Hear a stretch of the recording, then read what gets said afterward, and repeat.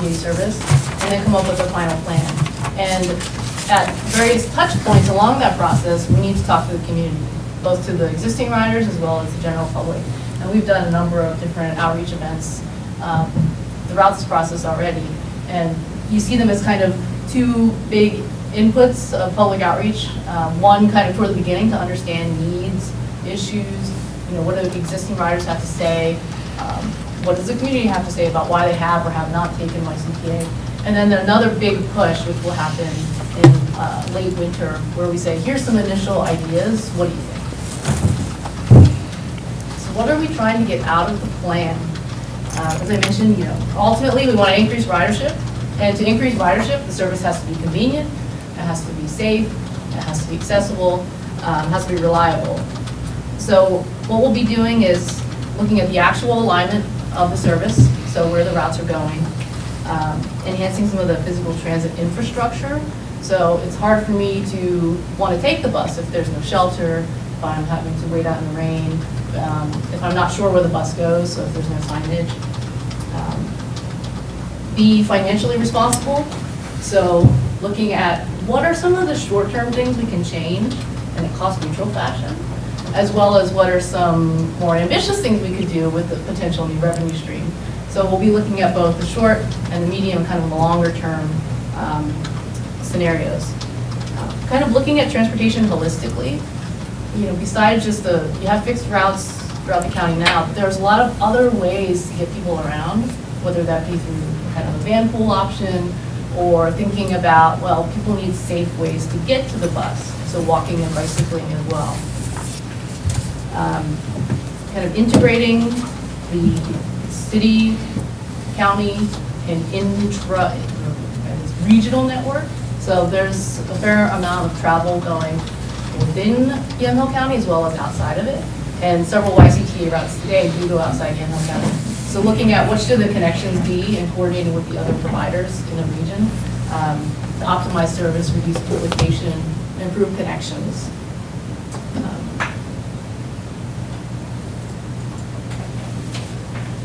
So how are we going about making decisions? So we do have the YCPA board folks that will be providing updates to periodically. We have an advisory committee that includes people from the various communities, the county, community organizations, and so forth. And Rick is on our advisory committee. So they're reviewing all of our products, providing input, kind of helping shape the project as it goes. And then we have this YCPA advisory committee, which is pretty much the same, right, as the sort of a subset of the overall project advisory. So all of our different products were running through these channels and helping us to make decisions.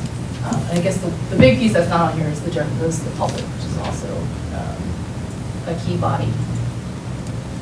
So the goals of the program so far. So when we talk about goals, objectives, and measures, the way we've defined it is goals are kind of your value statements, your objectives, how you're getting to the goals, and then for performance measures, we'll be coming up with quantitative ways to understand, will this change help us meet our objectives? And back in spring, May, we went out to the public for the first time and had these boards asking people about what goals are important to you, because that will help us with kind of weighting and priorities of what the different solution strategies we come up with. Which ones are the most important? Which ones should we do first? Which goals are really important to people? And this is just a photo from one of the boards. And so off to the left, there's these goals listed. So people care about mobility, so getting from place to place. They also care about accessibility, so getting to places. The passenger experience, and making sure transit's safe and comfortable. Safety and security, livability and economy, and efficiency and financial accountability. And as you can see from the dots, in this case, the folks at this board were really focused on the mobility aspect and less focused on the financial accountability, which is probably not surprising. So this is just some of the ways that we're getting a sense from people, what do they care about? So then that helps inform some of the solutions. Okay. And I'll turn it over to Warren to talk through our existing conditions. Did you, referencing goal 1 and the one down at the bottom, the financial and the availability, did people understand that there is a real connection if we're not financially sound, that top one's not going to be met? We can't do those things without having a good financial base to do it. So I just think it's important to mesh those.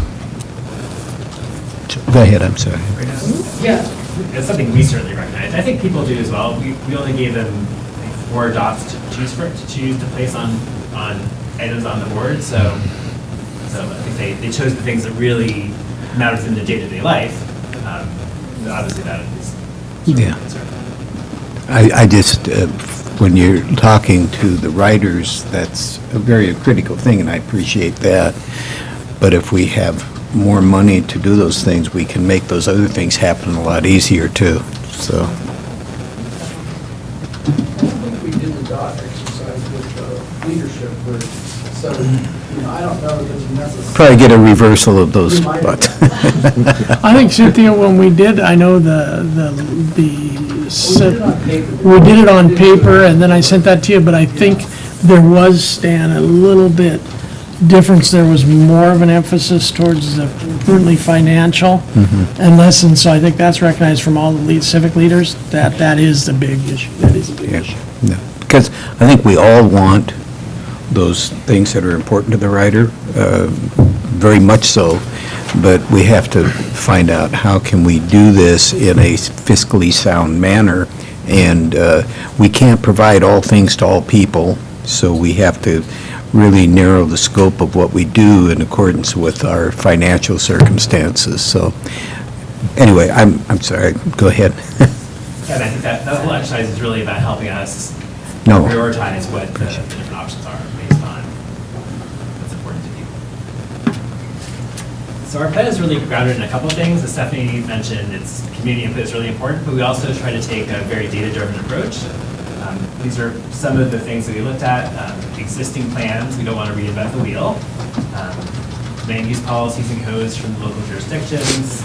We also did some detailed data collection on all the routes, understanding where are people getting on and off the bus, and which routes are running on time or not. That helps us understand what needs to be tweaked, what's working well, what's not. We also rode a number of the routes ourselves just to get a firsthand picture of how things are working, and talk to a number of the drivers to get their input. They're out there day to day and have some good ideas and observations on what the challenges are. That's just a summary of the public and stakeholder input that we've received to date. We talked to providers. We've got 300 responses to surveys on all the buses. And we also wanted to understand the perspectives of people who aren't riding today, or maybe riding infrequently. We had tables at 7 different community events, or grocery stores like Fred Meyer or Albertsons. We did a community survey both online and in person. We got 400 responses. And the map on the right there shows the places where those folks live. So I think we got a fairly good representation of not just McMinnville and Newburgh, but other cities in the county. Kind of a nice broad cross-section of input.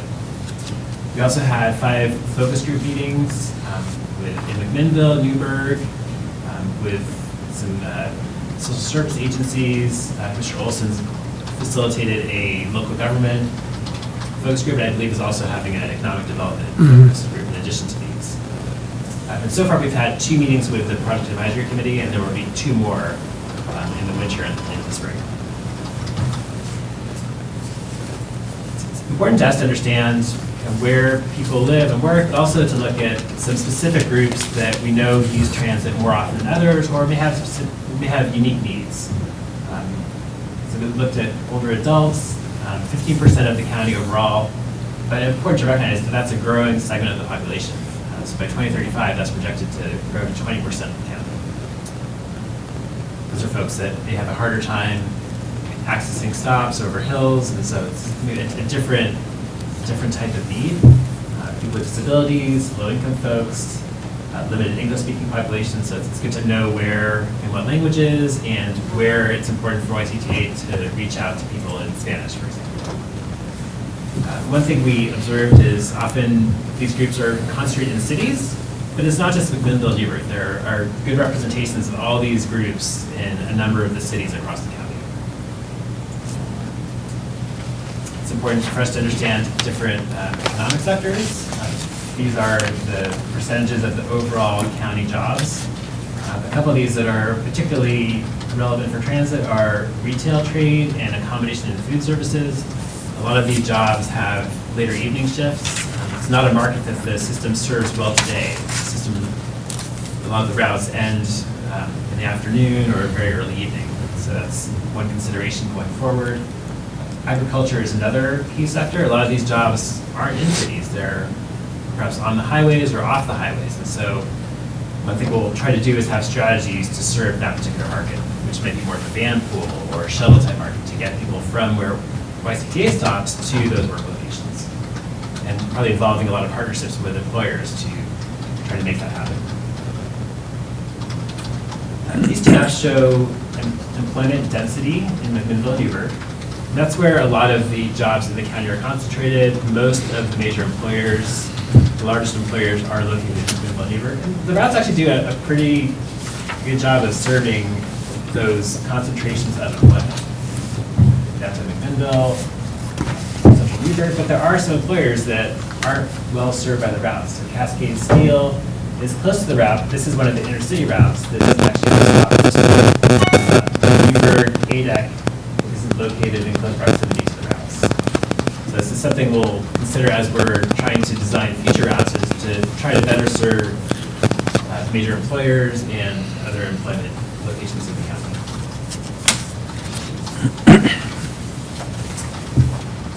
This map shows commute patterns from Yamhill County to other parts of the region.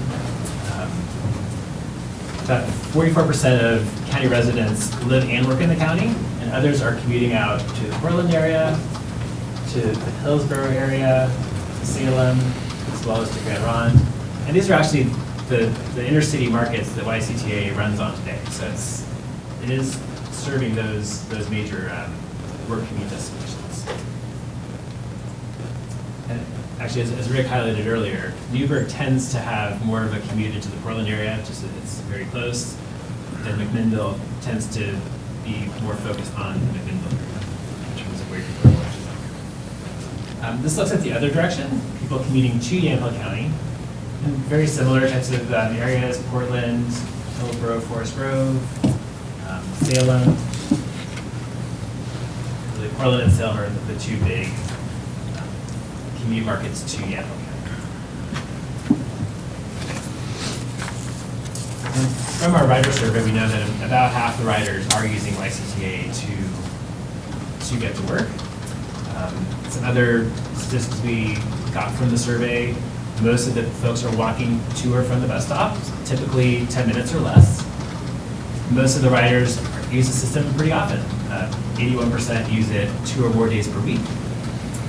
And about a third of the riders say that YCTA is their only option, that if they wouldn't make that particular trip if the service wasn't there. So the existing riders are really relying on the service. So just a copy of the map that you have. I'll just give a quick overview. I think you're probably somewhat familiar, at least, with the system, but these are the 4 intercity routes in McMinnville, Newburgh, and Tigard. This connection here. McMinnville up to Forest Grove and Hillsborough, also serving Yamhill and Carlton. From McMinnville to Salem, it's also serving Amity, and McMinnville to Grand Ronde, also serving Sheridan and Willamette. So these 4 routes connect Yamhill County, both outside of the county, but also connect the cities in Yamhill County to each other. And in Newburgh and McMinnville, there are a couple of routes. There are 2 buses that provide local fixed route service in McMinnville. every half hour serving really kind of 4 different legs. This piece, this piece, this piece, and this piece, all coming back to the central transit center on the half hour.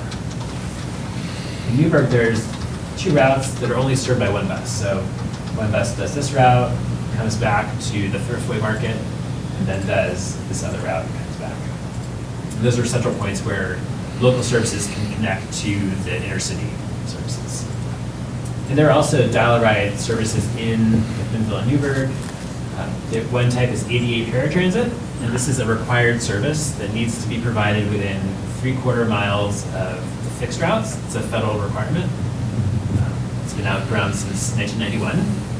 And that's door-to-door service. There's also general public dial-a-ride, which is a curb-to-curb service. It's not required, but it's another service that YCTA provides to accommodate people for whom the fixed routes sometimes don't get them between the destinations that they want to get between. One piece of our data analysis is actually mapping those trips, and we'll look at that to try to understand, are there ways we can redesign the fixed route system to provide some of those trips? So understanding what people are doing today on the dial-a-ride to try to provide a more efficient way to serve more people. The way ridership breaks down between the services, the local fixed routes have about 1/3 of YCTA's riders, and about 1/4 of the service hours are used to operate those routes. The intercity services are over half of YCTA's ridership, and that's about 43% of the service hours. The dial-a-ride, both 88 paratransit and the general public, is about 14% of the riders, but about 1/3 of the resources. So it's a fairly expensive service to provide, which is why if we can shift those riders to a fixed route, it's a lot more efficient and saves resources for other types of things.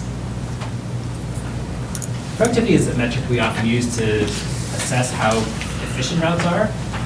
So the fixed routes, the intercity routes, serve about 10 or 11 people per hour that vehicle is on the road, which is pretty reasonable for this type of very rural, kind of regional, large county. And about 3 people per hour on the dial-a-ride, which again is fairly standard in the industry. We also looked at a number of peer agencies, other systems that are similar to YCTA, perhaps not in every way, but in some respects. So Yamhill County Central Council, which runs in Deschutes, Jefferson, and Cook counties. Napa Valley in California, AC Transit, which is more of a city system for Klamath Falls, Transit in Washington, and then Sunset Empire Transit in the Astoria area. Hey, can I add one thing to Yeah. the previous slide? Sure. I just like to mention here that dial-a-ride, obviously costs more because you're taking 1 or 2 people. But I think one of the decisions that policymakers need to make that I think sometimes we don't, I like to put it on the leaders and say, what do you want based on, what information you learn from a process like this.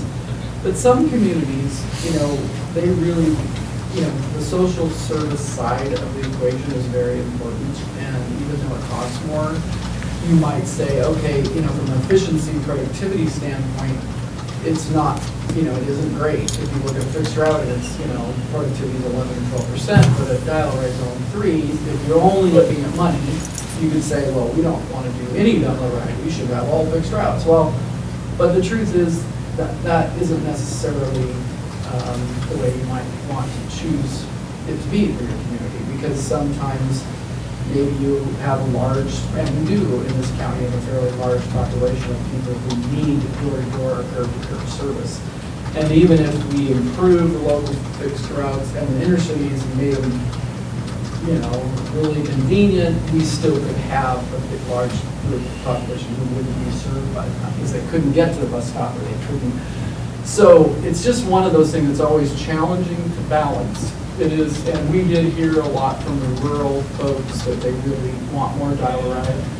And I've sat in a lot of meetings over my career where I've heard people who think, it's just too expensive, dial-a-ride costs $25 a ride, $30 a ride or something like that. And I think I just bring it up and just to state that it isn't always about the money. Sometimes it's a balance. So I like to think, I kept trying to put this question out to people like, what percentage of your resources do you maybe want to focus in that area versus the other area? So just something to put in the back of your mind as you think of this. I mean, they're all important. In the ideal world, we have all of it and have a lot of it, but there's limitations on our funding, so. It doesn't look efficient when you've got 3.3 riders per hour boarding. But if you increased the boarding per hour, and that van is much less expensive to operate than the larger buses. And so is there an efficiency factor in there that could be used to expand van service and make it more productive as opposed to larger buses running on fixed routes, which would then increase our efficiency with those who needed a little better service. And you went to a volunteer program, but the truth is the major cost isn't the vehicle, it's the driver.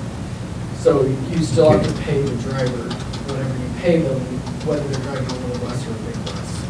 And in a maintenance standpoint, I don't know, a lot of people debate this, but you might know the answer to that, whether maintenance it's maybe a little bit less expensive, but the smaller vehicles are usually cutaway buses that are, have a 7-year life versus the big buses which have a 12 or more year life. Here's a question I have, and either or one of you two or Cynthia can add. When we look at, and I think the commission chair brings up a good point, when we look at that 3.3, it appears very low, but I hear when I first came on as commissioner and was put as this liaison for the transit, we hear, well, yeah, that it's low, but part of the reason it's low is because the services are so heavily subscribed, we can't take on right now anymore. So if it's only 3.3, but you could be up at 7 or 8, but you don't have the subscription time or the slots open to handle that curb to curb, is this 3.3 really? Do you know what the best read, or do you know what the best dial ride in the country is? But I think that 3 is very reasonable for a dial ride? For dial ride. Paratransit type dial ride for folks who really need that special assistance, who need help getting. So 3.3 is, Yeah, they may need to be in a wheelchair, which Okay. takes time to load into the vehicle, perhaps on both ends, may need help getting. It's just a service model that by its nature takes a long time because you're literally going to the person's house, taking them where they need to go. Right. Going to pick up passenger number 2. I mean, the best systems out there have a lot of subscription trips, group trips. So I know like the ADEC folks, Right. they take a subscription trip. That's easy because they're picking up a whole bunch of people and taking them all to the work site. So the more of those types of trips you can have, that's good because there's a big group of people going. But then once again, you are taking up capacity where the folks who need it for other reasons aren't able to get a ride. okay, thank you. There are also services that are a bit of a hybrid between fixed route and pure demand response. That's something that we'll definitely be incorporating into the plan. So perhaps people can call into a system, they can schedule them onto a vehicle, and the driver can have the ability to navigate a route that can pick up perhaps on the order of 7 to 8 people per hour of that vehicle. So Okay. it's not quite as efficient as a fixed route, but it can really get out to serve some of the areas where a fixed route can. Have you seen any change in the number of either dial-a-ride or any of those services since the introduction of the non-emergent medical transportation piece that our CCO, in other words, it is the organization that delivers Medicaid dollars, and it's a service that's been put in the last few years. It's gone way over budget, so we know it's being utilized, but I'm wondering if you've seen any difference, or if you could track any difference so far. We've seen that. Mostly because from what I know, and I don't have all the data to back this up, but just from conversations that they serve sort of a different clientele and they tend to take a lot of folks who are like have organ health plan and that sort of thing and take them Right. trips all the way to Salem, for example.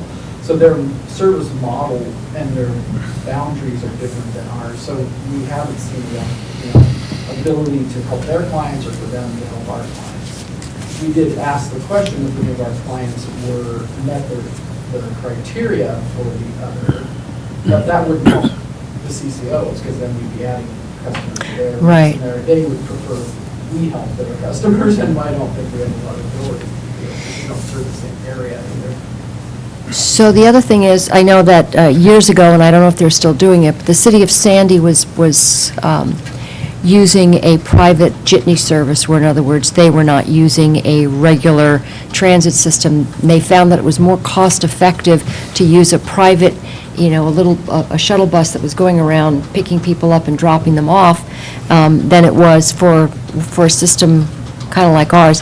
Do you have any dollars any comparisons to those kinds of dollars and what it would save if we were to start utilizing something that was more on a independent, more privatized? I think it all depends on the labor cost, and really the cost that YCTA is currently paying per hour for operators is very low. Okay. Probably too low. I'm afraid that we have to increase, but I've heard about, I don't have the information, but just because I haven't had time to explore it, I know there are some rural areas that are looking at more creative models, like Uber-type models. The challenge as you get into is they're private, and then if you're paying for government funding, and then you have all this security, the background checks and all that kind of stuff, you start getting into that realm if you're putting folks from your community on private systems. But there are some models out there like that. But, so, we could probably look into that a little bit more.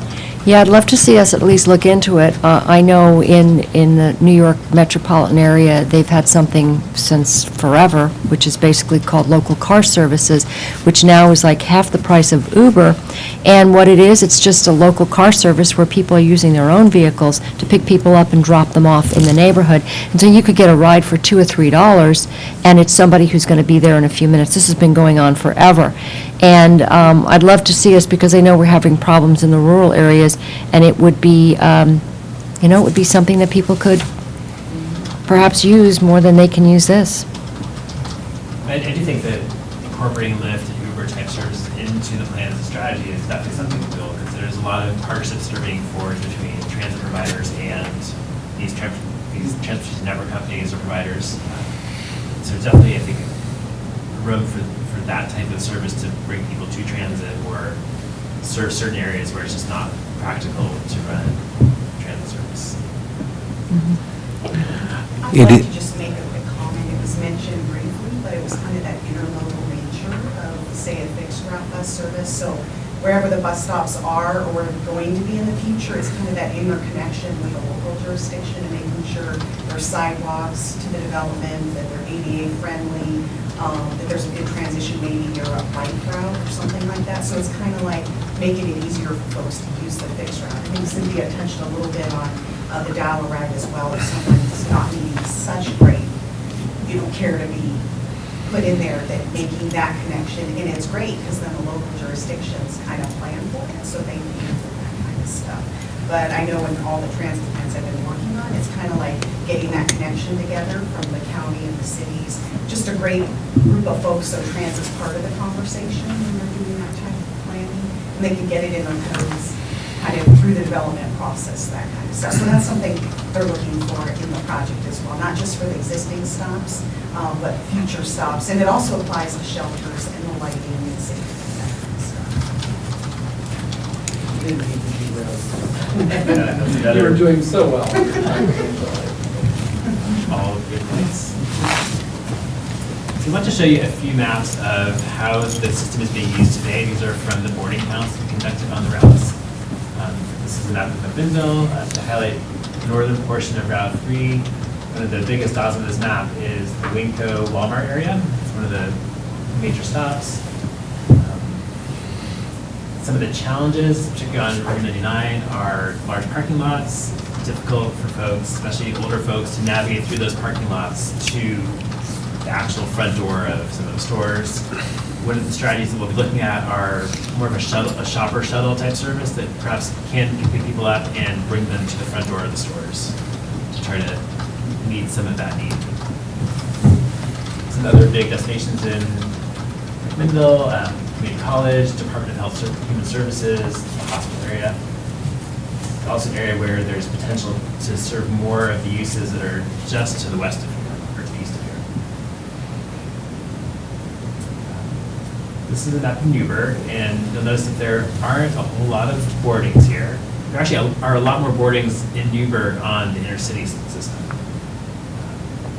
So this is probably an area where we'll look at some of these hybrid type models, more demand responsive type nature, bring in some of the technology to really help people request a ride and help the system be more efficient in serving more people in Newburgh. You do hear a little more about marketing is important. When I was out in front of Fred Meyer talking with all the public, it was the marketing, and also a lot of people are commuting, so Park and Ride came up as another option where people can kind of meet and then. And as you're planning in Newburgh, you know, there's a lot of changes taking place in the Newburgh area. The Smurfit going out and the development of that property down there, but also the development that Austin Industries is doing in that area north of 99 and east of Springbrook. There's going to be significant need in that area, so I think, and I know that the Austin Industries are very much into van pools and transporting their workers, but I think that would be a really solid place to develop these working relationships, because that Newburgh area is going to change dramatically from what we've seen over the last few years, so just... I'm not sure. What is it called? Boston? Well, Austin Industries owns a substantial part of that land, and it's being developed by Gaymore. Gaymore. Great. Yeah, yeah. Well, I know, talking to a couple in Newburgh, specifically in Newburgh, talking to a couple of the counselors and their downtown manager, he says one of the problems with that they see, and they all said this with the Newburgh route, isn't how long it takes on the route necessarily, but he says there's really areas like the Gaymore and out by the hospital and that really aren't served on that loop. It's more or less part of that commuter, and he says they have a lot of areas that people aren't getting on or they don't ride, like they have a stop by the senior center.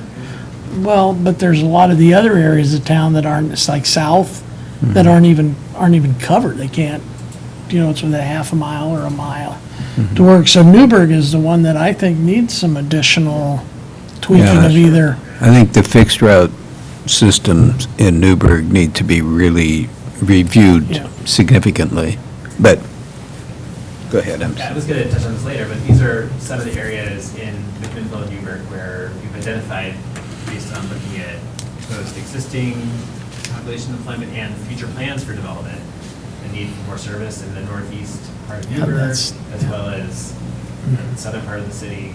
And there are also a lot of challenges in the southern part in terms of roads not going through, which is why the bus does these loops.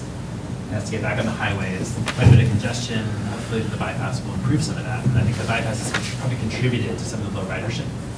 A lot of road closures and the bus having to make a lot of detours, people having trouble figuring out where does the bus go today. Hopefully that'll be resolved come the end of December. And you do just finish up a downtown plan for Newburgh, and so I think there'll be some exciting opportunities to line up the bus stops with some of the cool industry development. Yeah. So definitely coordinating with this is something that will be a key element of this plan, reviewing codes and providing some standard language to help jurisdictions plan for transit and account for transit when they're. Well, we talked about the transit, or the transit center, especially when we talk about the commuter into the Portland area. Having one by the Fred Meyer, something like that, is really important, because I don't know how much it would save by other than Dundee, by the commuter route from McMinnville, taking the bypass and coming out by Fred Meyer right there, and have that the park and ride, so they're not going all the way through Newburgh, which would cut probably 10 to 15 minutes at least. But how, in terms of park and ride, how do you then take the capacity away from the Fred Meyer parking lot, let's say, for instance, and say this is now going to be dedicated to a transit function? I don't know. No, I think you have to, like we did here, somehow you have to either put in a transit center someplace, but you're right, you couldn't take, yeah, I agree with you, Commissioner, you can't take the commercial parking away from those shopping centers and allocate it to transit. You actually need someplace that's allocated to transit. And there is no someplace, TriMet really. negotiates a lot of the movie theaters and churches, they, well, check parking lots. where you don't Oh, really right, stop. the churches parking lots. Churches or, we During the week? currently park During the week. the Newburgh buses are actually parked at the church right now. Maybe three of the buses are parked. 3, I think it is. But anyway. These are the ridership on 4 intercity routes. Quite a bit of ridership in Newburgh. A lot of riders going all the way out to Tiger Transit Center. Westboro, Salem. Did we ask where people park, are people parking? I mean, the percentage of people using park and ride today is pretty low. Pretty low. One of the issues, I think, Orm, we talked about this before, one of the, may have been over at Newburgh at their senior center, one of the things, or it might have been here in town. One of the issues we have with the commuter, especially the Forest Grove, Hillsborough, the Tigard, is that we actually, for all the people that were commuting into McMinnville or commuting out, they go directly from the transit center to either Forest Grove, Hillsborough, or to Tigard. But getting them to the transit center, they still may be mild, like there's Linfield people, Oregon Mutual people, that get him to the transit center, gets them nowhere near where they have, so I know, and I've talked to Cynthia about this, Oregon Mutual, they have less people now commuting than they did 3 years ago, since we built a new transit center, because they can't go there and then walk all the way, and the local route doesn't get them to where they need to go. So I think those kind of changes, when we look at especially commuter, to get the people, not just a transit area, but to get the people to where they're going into Yamhill County to go to work, I think is going to be an issue. But I think that's probably one of the key challenges that we've heard of for the intercity services, is coordinating it with the local routes in terms of schedules and where people need to go. I have actually seen some people park and ride here in the Sherwood area, at an informal TriMet park and ride to get to Yamhill County. So there is some of that going on, but I think it's fairly small today. So on weekends, there's only 2 routes that run between Tigard and McMinnville and McMinnville to Grand Ronde. Service is modified a little bit, provide a little bit more local circulation, but weekend service today is pretty minimal. It's definitely one of the key needs we've heard both from the riders and from the community overall, is to provide weekend service. I think it is a challenge. People often say they want it, but it doesn't get used as much as service on weekdays. But it is definitely something that we've heard from everybody. So a key need they would like to see. did any of the local groups, we have the focus groups, we talked at all, like we have our fixed routes in McMinnville, we have our fixed routes in Newburgh, but similar to 1 or 2, like a county fixed route, I know I've had people talk to me, citizens, about, gee, that live in the Yamhill Carlton area and they'd use it more, but if they want to go to Newburgh or Tigard, they have to either come back into McMinnville or they have. And I was always wondering if we had a local loop service that basically starts in McMinnville, went up to Yamhill Carlton, then over to Newburgh on 240, then back, ran that, how many people that we would have that would go from Yamhill to Newburgh, you know, and have like a local county loop, because we don't have, and Amity doesn't participate now in any way, so, but I think those are issues that need, that I know that we'll gear down on and look at, so. You'd have to do some real studies, though, to see if there's really As part of, enough of right, a, yeah, right, enough of a to do demand that. to warrant it. There are some strategies like van pools that could serve some of the smaller markets that don't really justify a full route, but there is some market for it. So just to highlight the existing funding for YCTA is about $2 million. County contributes about 10% of that. About 15% comes from fares, which is pretty typical. And most of the funding today comes from a mix of state and federal funds. And I take it that doesn't take into consideration the 2017 bill, that's current It's not- funding? We'll come to that. Yeah, that's Okay. just existing. Okay. We have that is down here as zero. That is a major Okay. funding source.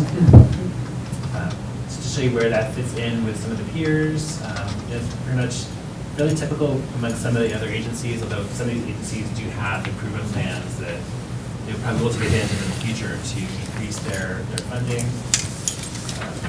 Per capita per person in the county, about $20 per person, which is just the lowest of all the peers that we looked at. Have you have a breakdown of, when you talk about the community partners, the local funds, a breakdown of what cities or what those local funds shake out to be? Get that at the top of your head, we do have it. It's 22,500. It's not very much, yeah. 18,000 Newburgh. We did just get some money from Yamhill, city of Yamhill, $500. but- Yeah, when I went back And through, then the Commissioner- tribe is, well, the tribe's gonna go up. We're doing the new agreement. It hasn't come to you yet, but it'll be 6,000, I think. Yeah, in every city I could find it when I went back through the material to begin with, we have ordinances ordained by every city council regarding participating in this, but it's only the two, isn't it, Cynthia, St. Newburgh? I mean, we'll let it physically do participate. So I know that sometimes it's, you'll have a city that will just determine that, gee, we don't have it in the budget, and then that money gets pulled out from their contribution to this. And I'm wondering if we have some kind of formula or have thought of a formula whereby we say, because I know if you look at McMinnville and then you look at Newburgh and there's only a few $1,000s difference, I wonder if we break that down to the number of riders and say that's what we assess each city and that's non-negotiable. Because it is. What do you think about putting that in the plan? I think it'd be a good idea personally. I think it's a good idea too, to have it in the Came up plan. with a formula. I had projected, I'd asked the consultants to project that we would raise that contract level to 300,000, so that over time, so that at least the other, every community, so that that it could cover some of the match that we need for buses and that sort of thing. But that's a lot, that's a big increase to go from 100,000 to 200,000. So that may be a bit too much, or we gotta. Or over 8 years or 6 maybe years, spread it may not be all that much. I mean, if you guys were supportive of that, I think, don't you think, Gordon, we could come up with a formula that would be fair, maybe based on population Well, it's and route miles? be more fair based on ridership. Yeah, right. And the citizens of those communities that are using the service, that community pays for the level of service that their community is. You commissioners, and we have an agenda full of wonderful items to go through, and we will start with minutes. We have minutes for consideration, informal session, October 17th and 24th of 2017, the work session of October 24th, 2017, and the formal sessions of October 19th and 26th. All of those are here in our folder, and I would take a motion to move them to the consent agenda. Oh, we don't take motions in informal, so I'll move these to the consent agenda. Any discussion? No. All right, so we are there. Thank you. Keep me on my toes, would you please, Joe? That's what you're here for. Okay, moving on, we have a request from the District Attorney's Office for position authority to approve a chief deputy district attorney position. And do you want to speak to that, Ken? I think I'm assuming everybody got the memo from Brad. He's been talking about doing this, talked about it last year in budget, about establishing a chief deputy district attorney position. And so he's just requesting position authority to increase to have that additional FTE in his budget. And isn't some of that additional funding from the CJC, the 2-year CJC, the elective grant we got, not the competitive grant? It's not for this position. But it's for another position, which is allow him to fulfill. this Right, position. originally, because he plans on doing an internal recruitment for this, so originally it would have been he would have been going down an FTE, a DDA. He would just convert one of those it. FTEs into the chief, but with the grant fund, the additional grant funding that he's receiving, he's going to keep he's adding one FTE to his office. She's not asking for any. That's right. No, exactly. correct. Just the authority. So, consent agenda? Yes, sir. All right. The next thing we have is, as you are well aware, the Public Works building is still standing. And since we are hitting the wintertime, John Phelan has asked that we allow Haworth to delay the destruction of that building until he begins the construction, since he is also the contractor who got that bid. So he's just asking that we allow them to extend the contract for demolition until spring, when it's time to do the construction. Any discussion on that?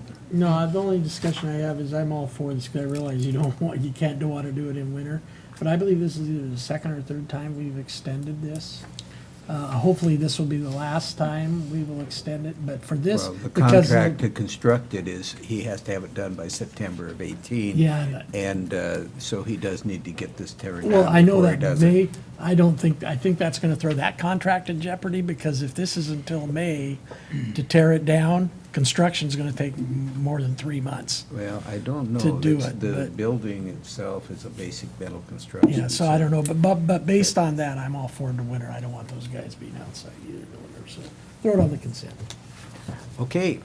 The next thing we have is the CBA, let's see, the contract. We need to move the ASME contract agreement forward for approval. And I've got a couple of notes here. Ken, did you write this?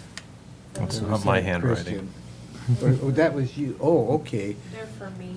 Okay, I have ratifying the contract as issue 1, and then extend provisions to non-bargaining YCE members, but It's- now they are not called YCE, they're part of ASME. You just have to, that's the verbiage for those two separate. Yeah. Okay, thank you. It's right here in front of me. Gotta be a little Yeah. easier. I make things as difficult as I can, yeah. I have a discussion point, Mr. Chair. Yes. When you read it, for the ratification, this isn't the actual, this is the formal vote we're taking, or since the form, if we were putting it on the consent, saying we're gonna put it on the consent agenda now. Is that what we're saying? And then we just vote on the consent agenda, and then that one would be approved normally? Well, if it's put on the consent agenda, Okay. or if it's not, but Yeah. yeah, it's consideration of the ratification of the contract. Okay. Right, because we do need to move forward. It's been approved by the membership, and now we're going to move forward with ratifying it correct. as the county. And so, and then the other thing is that it does include those non-bargaining members. We're extending this, and they are now no longer, The reason I asked that question, because I want to make some, I don't want to keep this up, but I want to make some comments, but once it's ratified, I don't know if it's at that, if we should keep it on the open agenda, or if we ratify it, then it's a done deal, which I think it is a done deal, but well, then. it is a done deal. Yeah, I know, but then when do we have an opportunity to make comments When it comes up for Again. renewal. in 3 years? And I don't want to I wait mean, 3 years. If I'm hearing you're requesting that it not go on the Well, consent that's what I want to agenda. make sure, because I want to make comments. So my thing is, I wouldn't vote for, I'd leave this on the agenda, not vote for having it put on the consent. That's just, We're not taking votes here, we're just. well, you're right, but I'd Sure. recommend that we don't have it on. Well, we all have to be in agreement for it Yeah. to go on the consent agenda, so I'm going to pull this off of it. consent, and this will be as other business, Krista. Yep. Okay. Did you have something to add Well, and the just to clarify discussion? on the second item, that's the, there's like we do with other contracts, that extending provisions of that contract to non-bargaining personnel, staff. So, it kind of goes hand in hand, so that would go. That would go off too. That would go off too. So both the items would be. Okay, thank you, Mr. Chair. Okay. The next thing on our agenda then is a request from the assessor's office. And this was something that we came before us last week and was pulled off for clarification by County council. And he's gotten all the information he needs and is now directed to go forward. Any further discussion on this? Not if he's satisfied. Okay, so I'm satisfied. consent agenda? Yes. Okay, and the next item we have here is a request from the clerk's office. Wait, no, I'm sorry.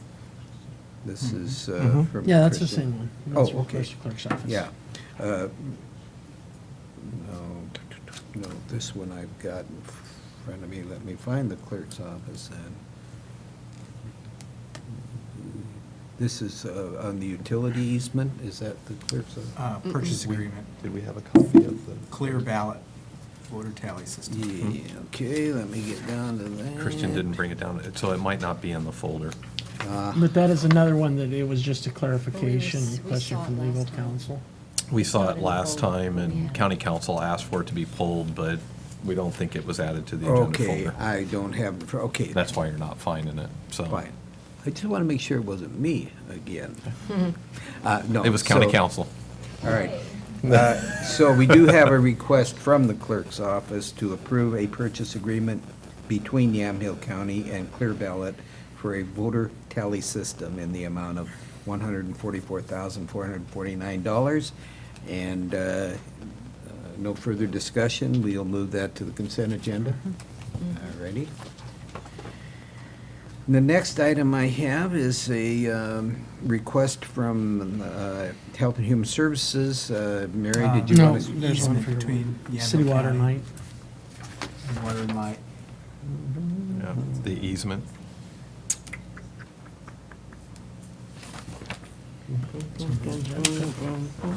Okay, It's the one right that you just took off. the one that I just.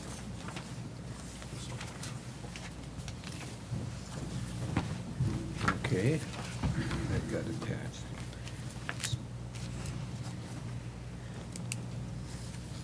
Okay, this is for the easement between Yamhill County and City of McMinnville, acting by and through Mac Water and Light for utility easement out of Public Works. This easement would provide utility access to the new cell tower recently constructed along the eastern edge of the Public Works property. The easement tracks a previously granted utility easement to the builder of the cell tower and should not cause any issues with the upcoming construction of the new Public Works shop building or parking lot redesign. Any questions? The only question I had is, the way I understand this, that the provider of the cell services is actually contract with McMinnville Water and Light for that easement, because it's between us and City Water and Light, it's not between us and the provider of that tower, so it was kind of confusing. Is that tower actually City Water and Light? I mean, who should it be with the provider? The Should it be tower City is Water and Light? on Well, Public it's- Work property. it's but still we on need- county It's still property. It's on on county county property, property. but we need the easement. But yeah, but I don't understand what City Water and Light's easement is for. If we're putting the tower on and we're working with the provider, that's gonna be the provider of the tower? Or does City Water and Light have some other kind of easement running? Well, according to It might be a this, power easement, maybe electrical easement?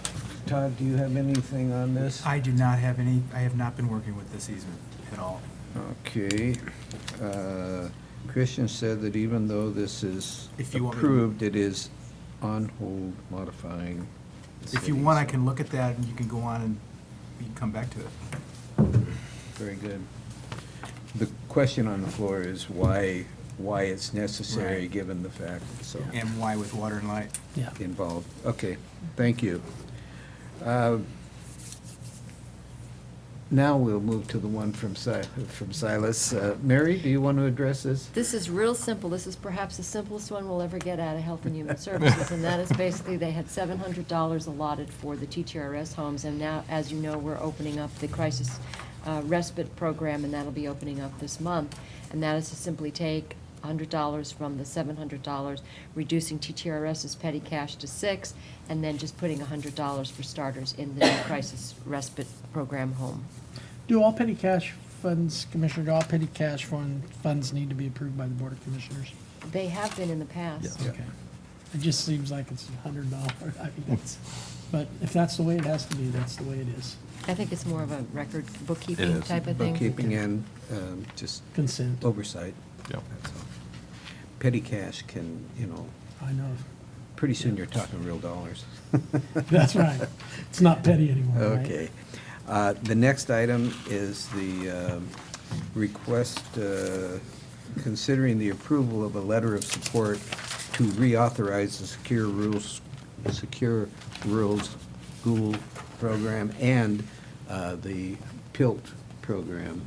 And it's, Oh, yeah, That's- this is the Western Interstate Region and AOC and NACO are pushing very hard on Congress to redo the PILT and the SRS, and they are critical, PILT especially. The SRS, we're just asking that they approve it for one more time until they come up with a realistic and permanent fix. Yeah, I think the So- PILT's critical. I would move that we move that to the consent agenda. So we will issue a letter of support for that. And then, the next thing I have is discuss the request for proposal of the Yamhill County Economic Development Services. And we have here, we've been, per my fellow commissioners' request, we established a committee to review the proposals and score those, and then they met with and interviewed the candidates, the two that were on top, and scored those.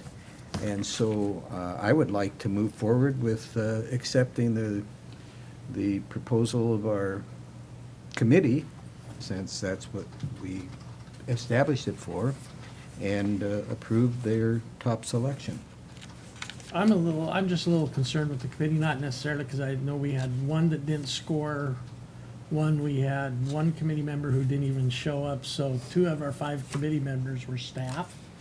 But I'm also concerned that as I look at the scores, I mean, they're pretty close together, but there's one score that just stood out from one to the other, and I can't remember which one it was, like, they were all within 12 or 14 points of each other, and this one was like 40 points difference.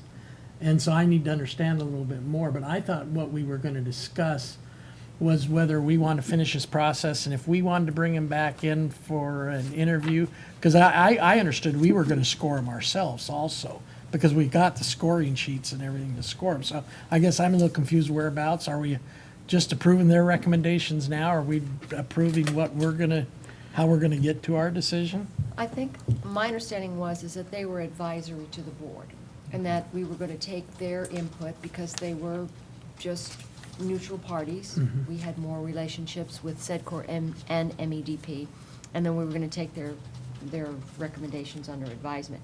To me, this is not so cut and dry. I mean, sometimes it's pretty obvious, and I look at this and I'm really conflicted because I see things that MEDP does that I really would love to have us have, and that SEDCOR, and then, of course, to make things more complicated, I keep thinking, how could we divide some of the duties between the two of them? And I know that really would be, inking up the waters, but it's really not cut and dry for me. And if I had to vote for one, I would vote for MEDP. That's I'm just for the same reason you are, because I think they both would do equally as good, and that one score was so different that it threw it from being a 10 or 15 point difference to like a 30 point difference, Was it like the way a they 20 point? scored it. Was it 20? Yeah, Carrie, is Carrie here? No, Carrie's not here. Carrie's not here. The way Carrie scored SEDCOR, and I'm not complaining, she's probably a good judge because she didn't have any knowledge of either one of them.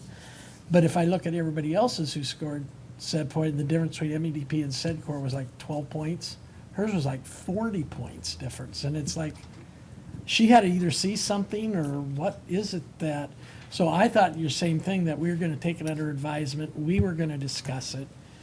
You know, we might score it ourselves, and then we'd come up with a final. I kind Well, of agree with you, so, I I just, guess. this thing's been bouncing around now for several months.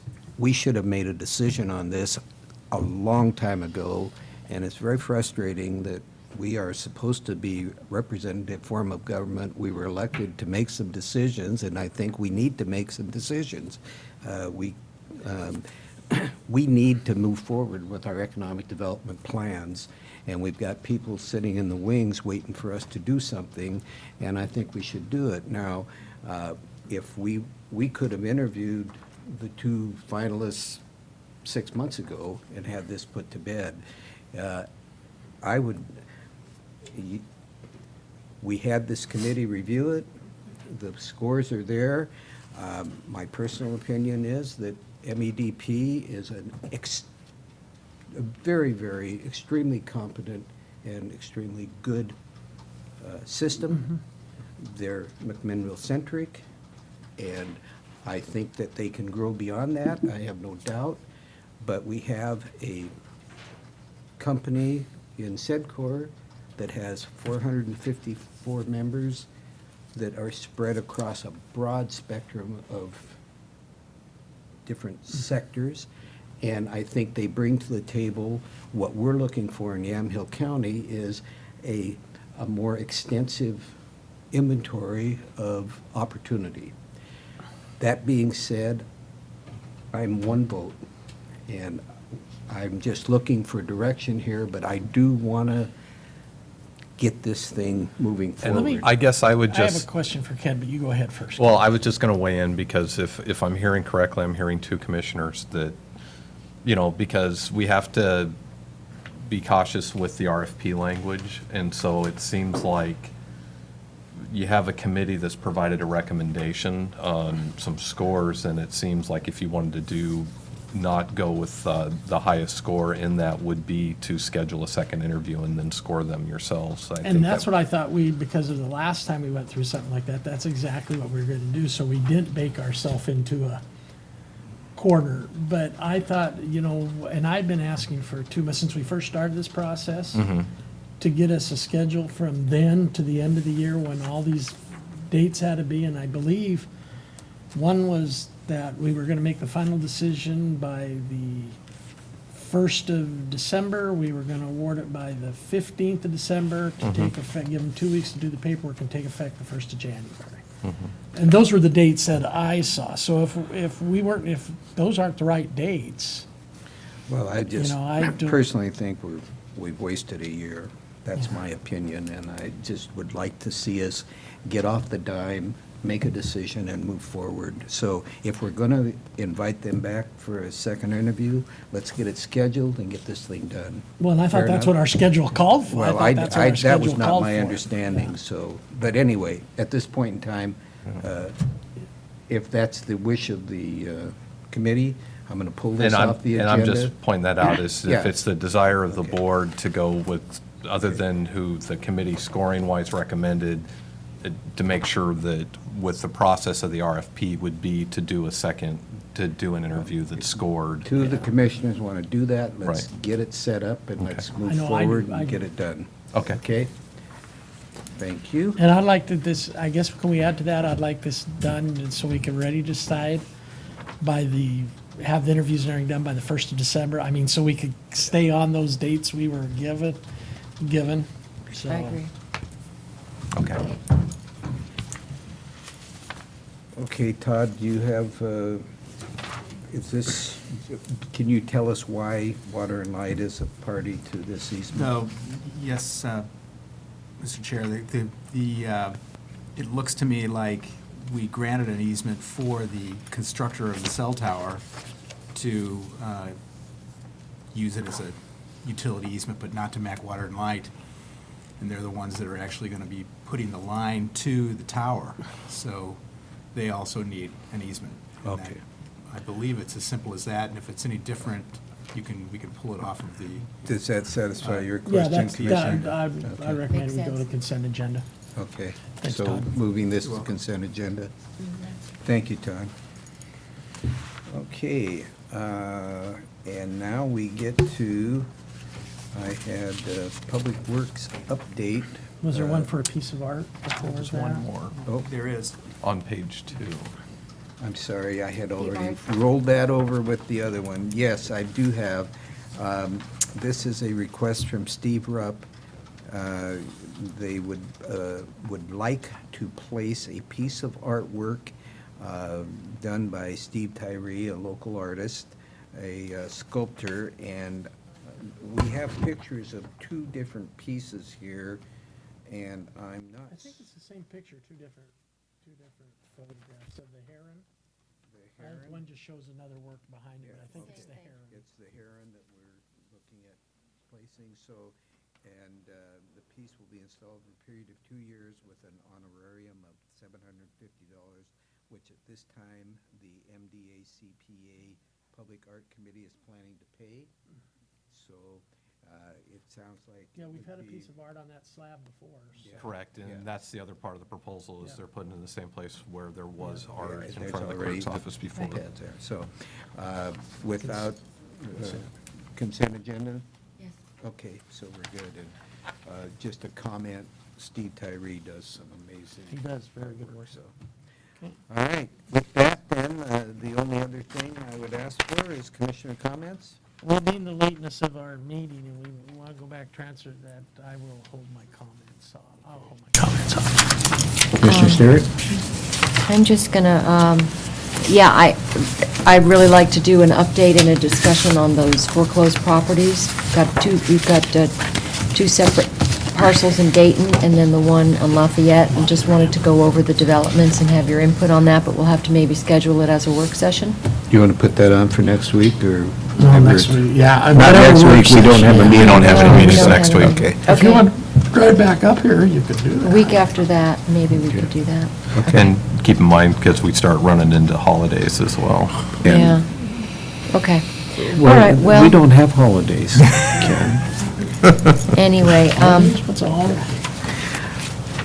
so, yeah, I guess I'll just wait until, Okay, uh, so with everybody's permission, I'm going to close the informal session, and we will go back into our work session and finish up transit, so officially. figure it out. Yes. We'll go back into our work session, and Cynthia is going to pick up where we left off and take us through the rest of the report on the transit plan.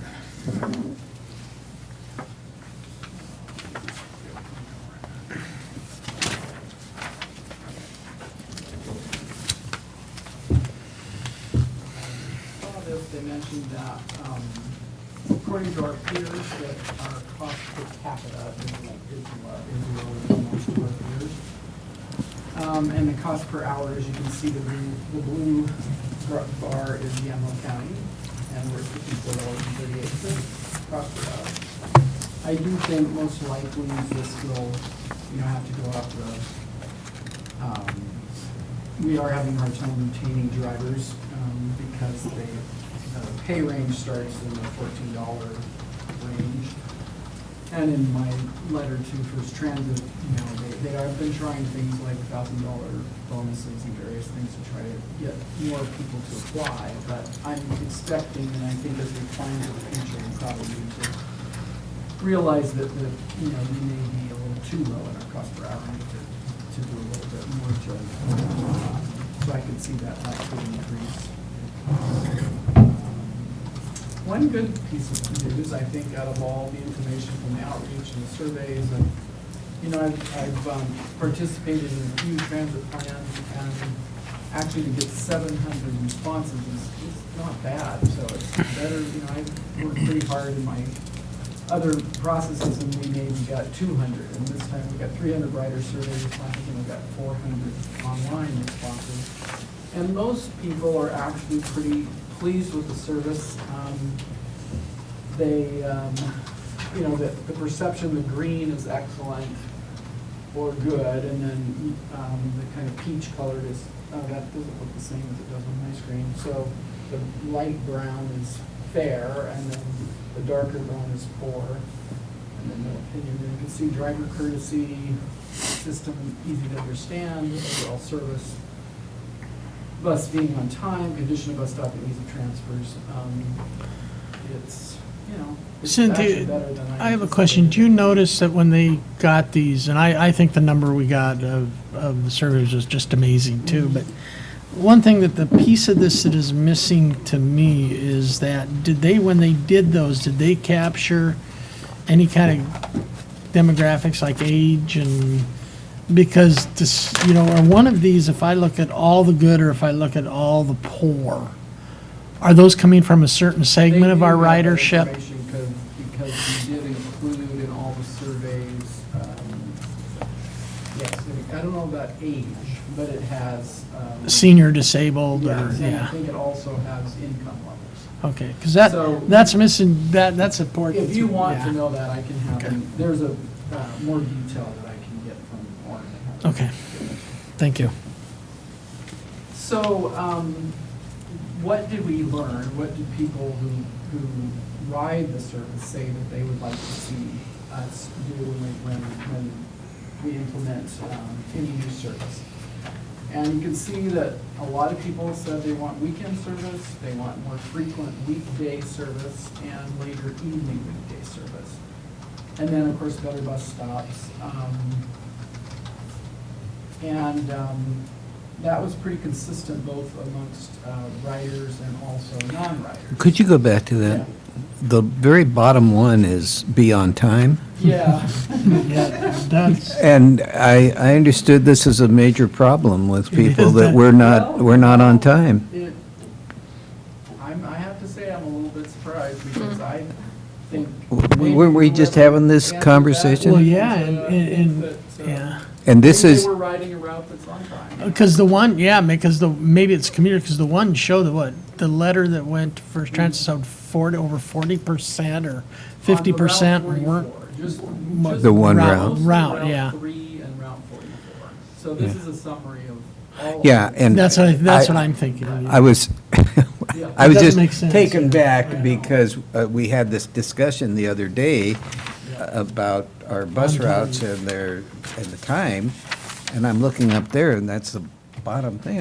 Holy cow, what was that other discussion? So, It's almost like it's a blip. I mean, it just. yeah, so anyway, that's interesting. Well, and I also do think sometimes the most vocal people aren't necessarily a Right. reflection of how everything is. No, So that is. I don't disagree. But the survey data did, the ride check data did show, in the letter that was sent to First Transit, I mean, that information came from the ride check information. So Okay. maybe people didn't bring it up when they did their survey as a problem, because maybe they There were didn't so trust many the other surveys. problems they Yeah, didn't. I don't know. Yeah, good point. So, how can, did I pass that? I think I passed. No. There we go. So then we asked folks who aren't necessarily writers in the community survey what they would like to see and how can we better serve them. And frequency was number one, so having the buses run more often, having more weekend bus service, bus stops closer to their destination, and then regional connections. So the people who don't necessarily ride as often, that's what their highest priorities were. And the blue is the non-rider, the brown is the rider. Is there a specific destination that people are wanting weekend service? Or was it across the board? I don't think, well, you know, I take that back. We did ask that, so I'll have to ask them what the answer. Yeah, I'd be just At least curious. in the Yeah. online survey, we did ask them to tell us where. Yeah. And also. I mean, if we isolate it to a specific one or two, maybe we can take a look at, can we do that? Right. Yeah, okay. So then, at the community events and the DOT exercise, it's pretty similar, well-timed connections, service on weekends, job locations, connections to other cities. So you can see that most people who responded, there isn't anything really out of the ordinary, I guess. They all are looking at the same thing. Some of Just- the key issues that came out is that a lot of people do depend on the service. There are quite a few people who are not aware of the current service. And obviously the need for signage, shelters, information at bus stops. The lack of marked bus stop is definitely a problem for folks who maybe don't know much about the system or how to ride the bus. And then the uneven quality of vehicles, lack of consistent branding. And as you know, I've mentioned, we're working on this, and a lot of these things are in the works now. We have buses on order, and we just recently are going to purchase some used buses, and we'll be getting graphics done soon. I'll probably, within a month, be bringing you the concepts for some new graphics for the buses, so we're getting closer to that. Some of the key issues for the commuter routes or intercity routes are that the regional connections are useful, but we need to improve the local connections. So improve our timing with, like, if you go to Tigard, our buses don't necessarily match well with, say, catching the 12 to go to 10. If you go to Hillsborough and you gotta get on Max, they don't necessarily match well. And you're not gonna be able to match everything, but at least we should be trying at least, probably a few of the trips in the morning, a few in the evening. Some of the key commute trips should be matching at least within 5 or 10 minutes and not just completely missing the bus and someone has to wait for a lot longer.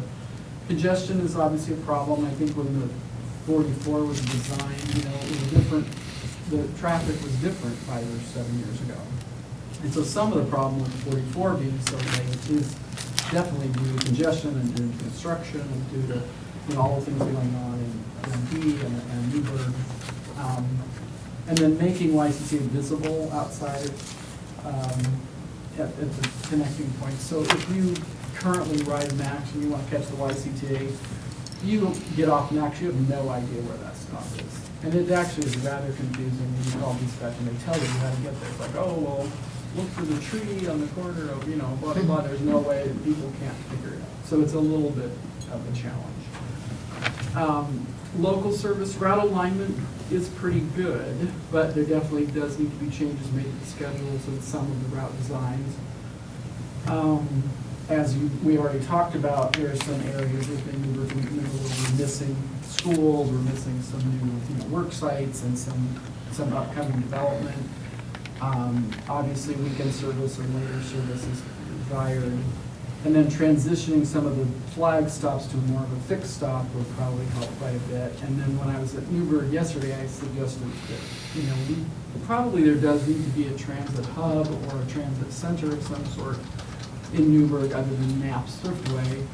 And so asking them to give us input on what they think and where they'd like it to be. The pictures here, there's a suggestion that, we get a lot of people wanting us to serve Virginia Garcia and that whole development there. And one of the ideas is, there's that road that's blocked off. If that could be open for buses, that could really help us serve that area. Because right now, if they go in there, and especially if they go in there with a big bus, it's really challenging, almost impossible for them to turn around. They go down that street or they have to go into more of a private development. So that is something that First Transit has suggested in the past, and consultants are suggesting the same thing. I don't know how challenging that Which would be. street is that? When is it Cumulus? No, it's Or- Cumulus, before it's the other side, it's not It's like Cumulus. you're- Right there in front of Chemeketa. Right there. Matter of Yeah, fact, where the- Cynthia, even yeah. when I It's was, there for emergency. yeah, when I was Right, in it's city, they emergency talked about access, that right. emergency exit. But transit, and this is when I was in city, also came up about the potential of changing that gate to an electronic flip gate. So it's closed, because what they don't want is residents going through Right, there. But right. electronic flip gate would allow the buses, It would be really. to use that. It could really help us serve that whole, Yeah. and we get quite a few calls for people really wanting. It's way service down to at the come end. through, but it's- And Dial-A-Ride serves it, but not any of the fixed route. And then looking at other types of service, flexible service, fixed point dial, right, that kind of thing. This is an example of the trap and shuttle that Sandy has. And then there's another service that is sort of a hybrid of, that I mentioned last night, because I think it might work in Newburgh, is say you have an area where you don't have a lot of ridership, but you know that there's some demand and people could call in, and it might go to that area, say 10 minutes after the hour, every hour, but it wouldn't go there unless you called, and then the person has to call like 2 hours in advance. It does increase your demands on your dispatch system, so like anything, you do this and then, you have something over here that you gotta do, but it might be a solution, so we're gonna talk a little more with Newburgh about what they would like to see. And then partnerships with employers, and from what I've seen so far from Nelson Nygaard, they are thinking outside the box, which I'm pleased, and they're looking at some of these other alternatives. And then technology, as we talked about this before, you'll have a contract coming to you in the next week or so for radios. We've done procurement for new mobile radios, and dispatch software is also coming to you very soon. And then the rest, the mobile applications, the real-time information on the buses, that should happen within the next year. So probably about the time the plan's done, we should have a lot of the technology pieces done. Well, and going back to your previous slide, when you get these technology pieces completed, then if you were to connect up to that door-to-door service, then it would certainly simplify that. Well, the one I looked at in Orlando, I liked it. It's called Neighbor Link, and it's kind of a neat system, but they showed how many calls they get, and it's like 420 calls. I don't remember what the time it was. I thought we couldn't handle the number of calls, but they're also a much bigger area, so. Well, yeah. I'm just glad, Nelson and I was one to look at. When you look at, when you percentage that down, you'd probably be looking at, Yeah. 25 to 30 calls. Yeah, we might get like a 25% increase Yeah. in what we normally get or Yeah. something. But we don't, actually, Ken offers possible suggestion for fare payment technology, and I haven't had time to look into it much more. I have the name of a vendor that I really would like us to be able to figure out a way to make it easier for people to pay for fares, to buy bus passes. Currently, people can only buy bus passes at the county office and at the transit center, and then, or on the bus, and they have to pay cash, and they don't make change. I mean, it's just challenging. It was the same vendor who came and did the kiosk presentation for the jail, that question had come up, and it was like a light bulb, hey, you might want to talk to these guys and see what they have available.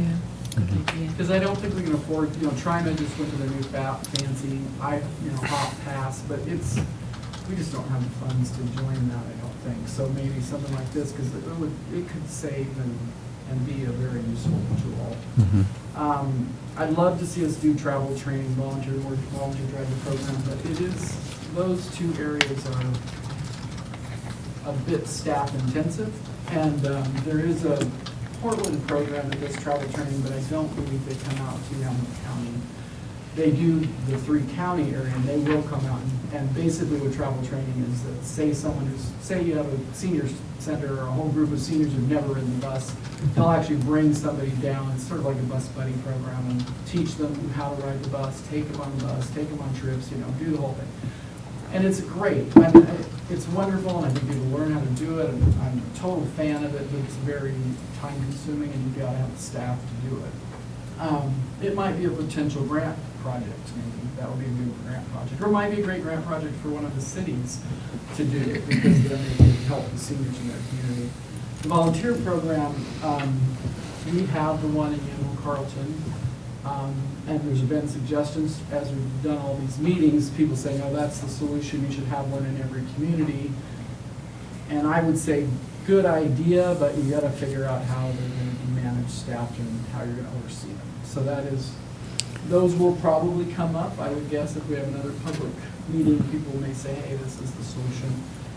And, but like I said, it's just staff intensive, that's all. So, you know about this, I probably don't need to share much about the potential funding source, the new House Bill 2017. Good news, it passed. They're going to start collection in 2019. They've already started doing the rulemaking. And if anybody's interested in going to those meetings, I have the schedule of when the meetings are.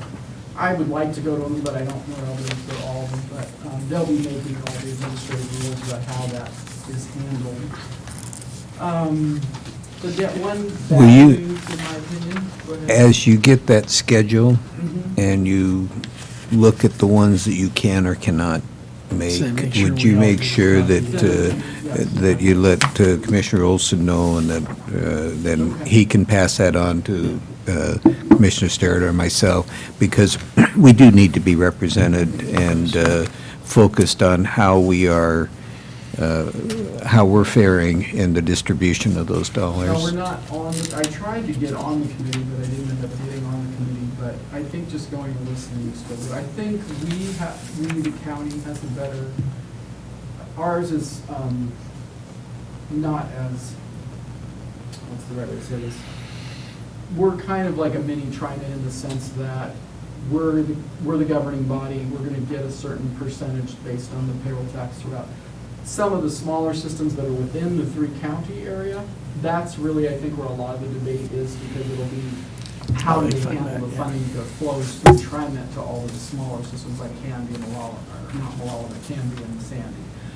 And they may use the current STF process, or they may use something else, and I think that's some of the discussion that's going on. Well, we're about as rural as you get. Yeah. Let's keep that in mind. And, One of the questions on one of the surveys was about funding sources and what would the public support if down the road there was a need to have any kind of additional funding besides this state improvement program?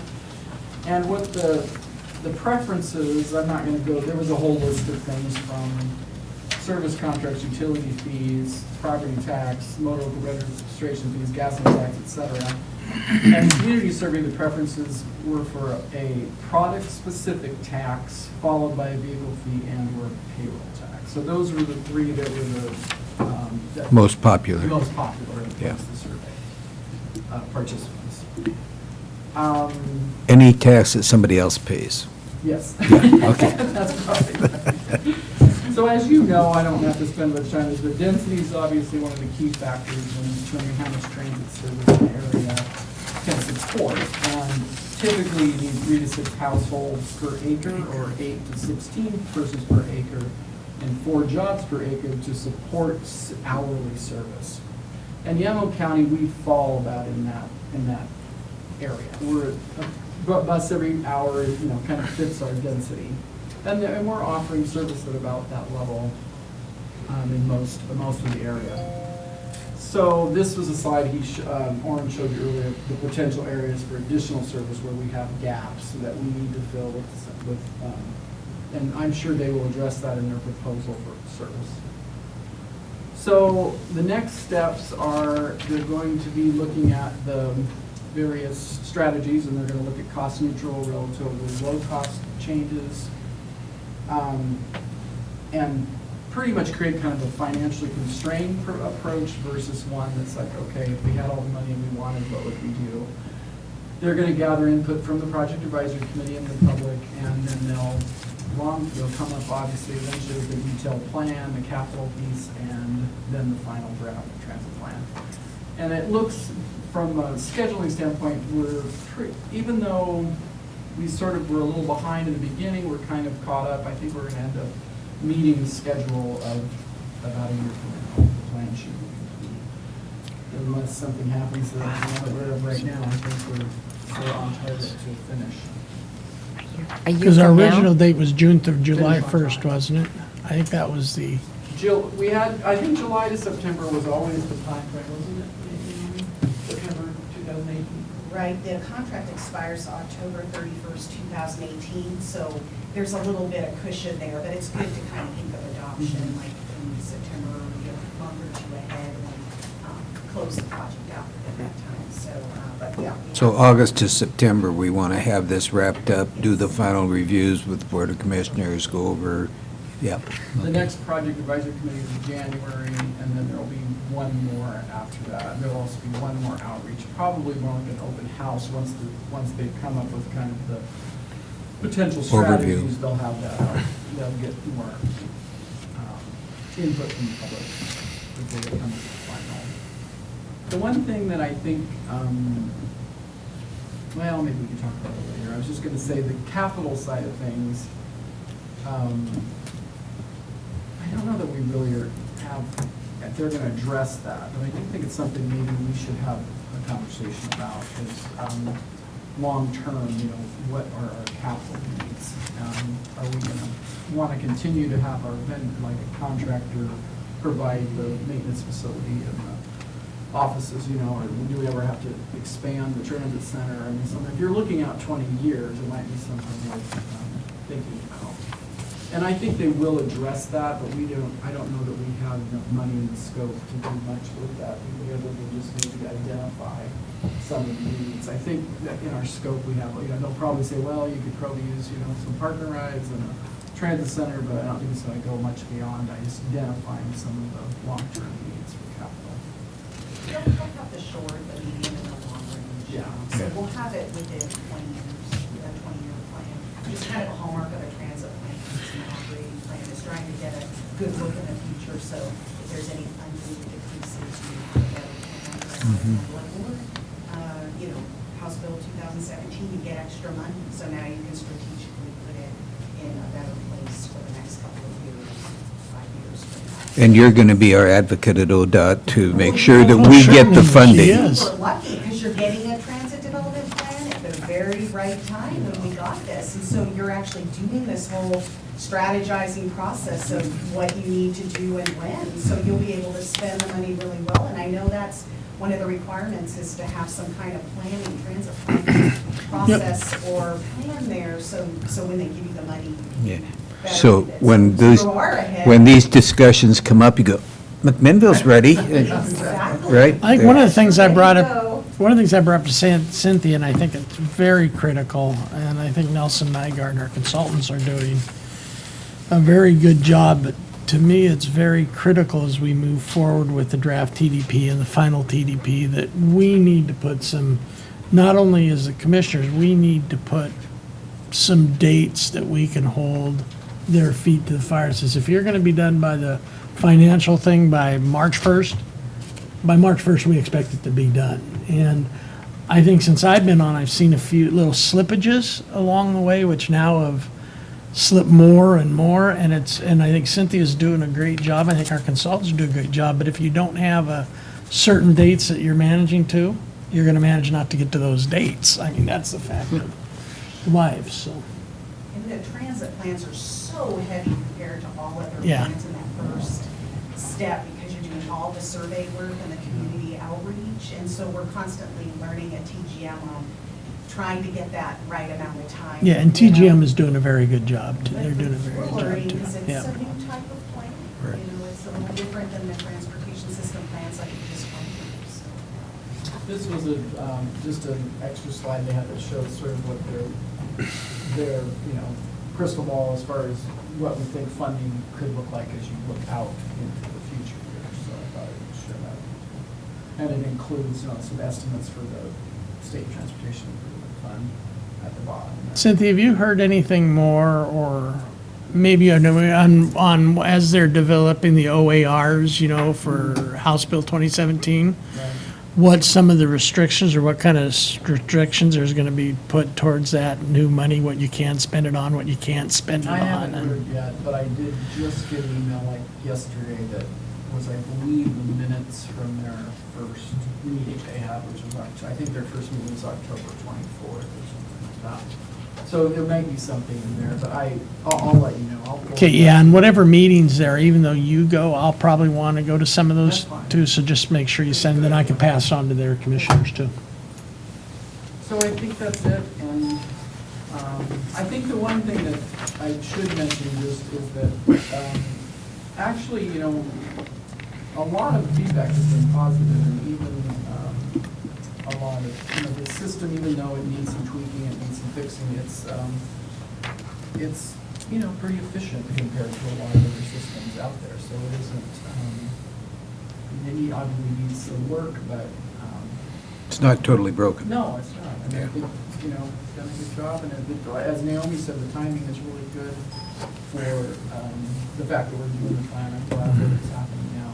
It'll help us a lot with that new money, so, Okay. thank you.